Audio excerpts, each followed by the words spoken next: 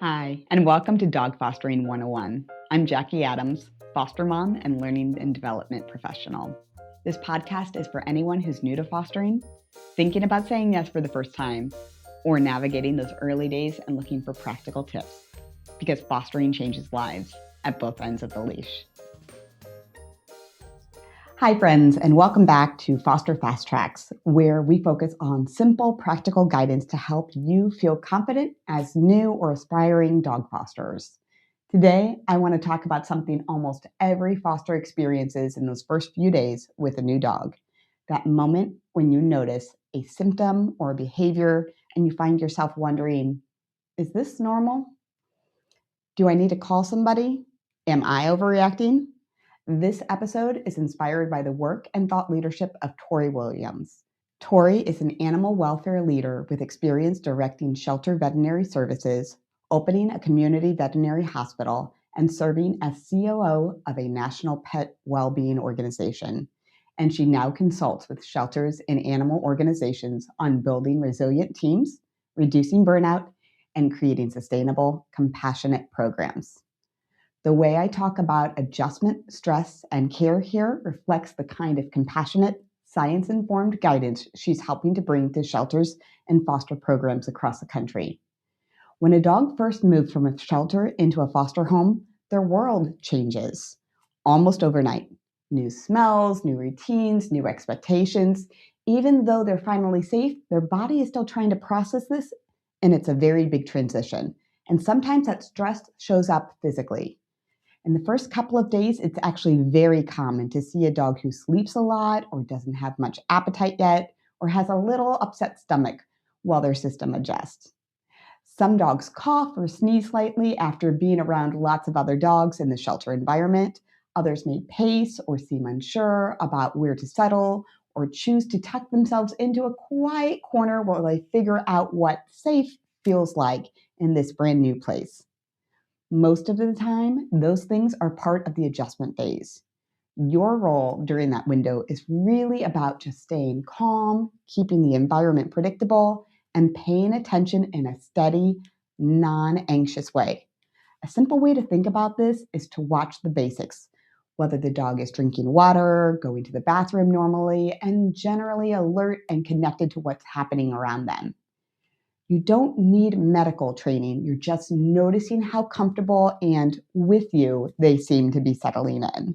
And if you have any resident pets at home, it can help to give your foster dog their own space at first, their own bowls, their own bed, and a little bit of separation while you see how they're doing.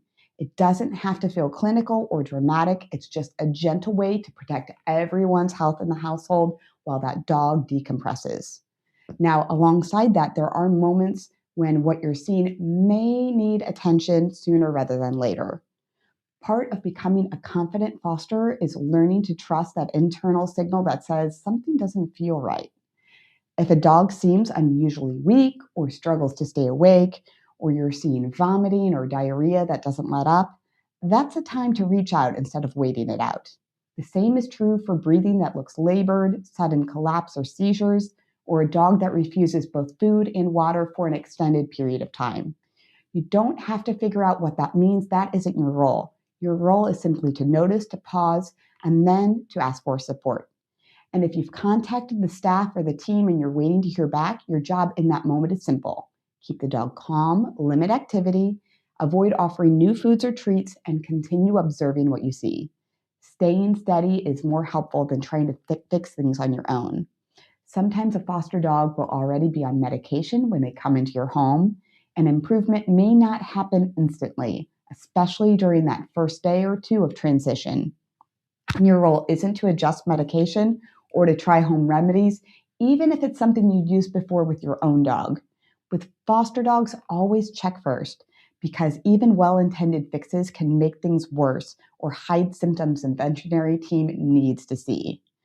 All of this becomes easier to understand when you have a sense of how medical decisions are made inside a shelter environment.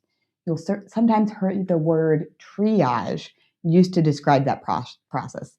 Triage simply means deciding what needs attention first based on urgency and risk.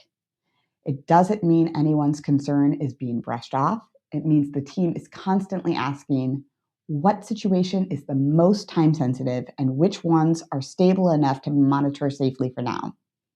So a dog who is struggling to breathe or showing signs of severe pain rises to immediate priority, while a dog with mild stomach upset, who is otherwise alert and responsive, may be watched closely before any changes are made. There isn't a lack of care, it's just a way of making sure the right level of help reaches the right dogs who need it in that moment. As a foster, you are an essential part of that process. The way you describe what you're seeing when something gets started, whether it's getting better or worse, whether the dog is still eating, drinking, interacting, and moving comfortably, that information truly matters. You don't have to use medical language. You're simply sharing what you notice clearly and calmly so the team can make the best decision for that dog.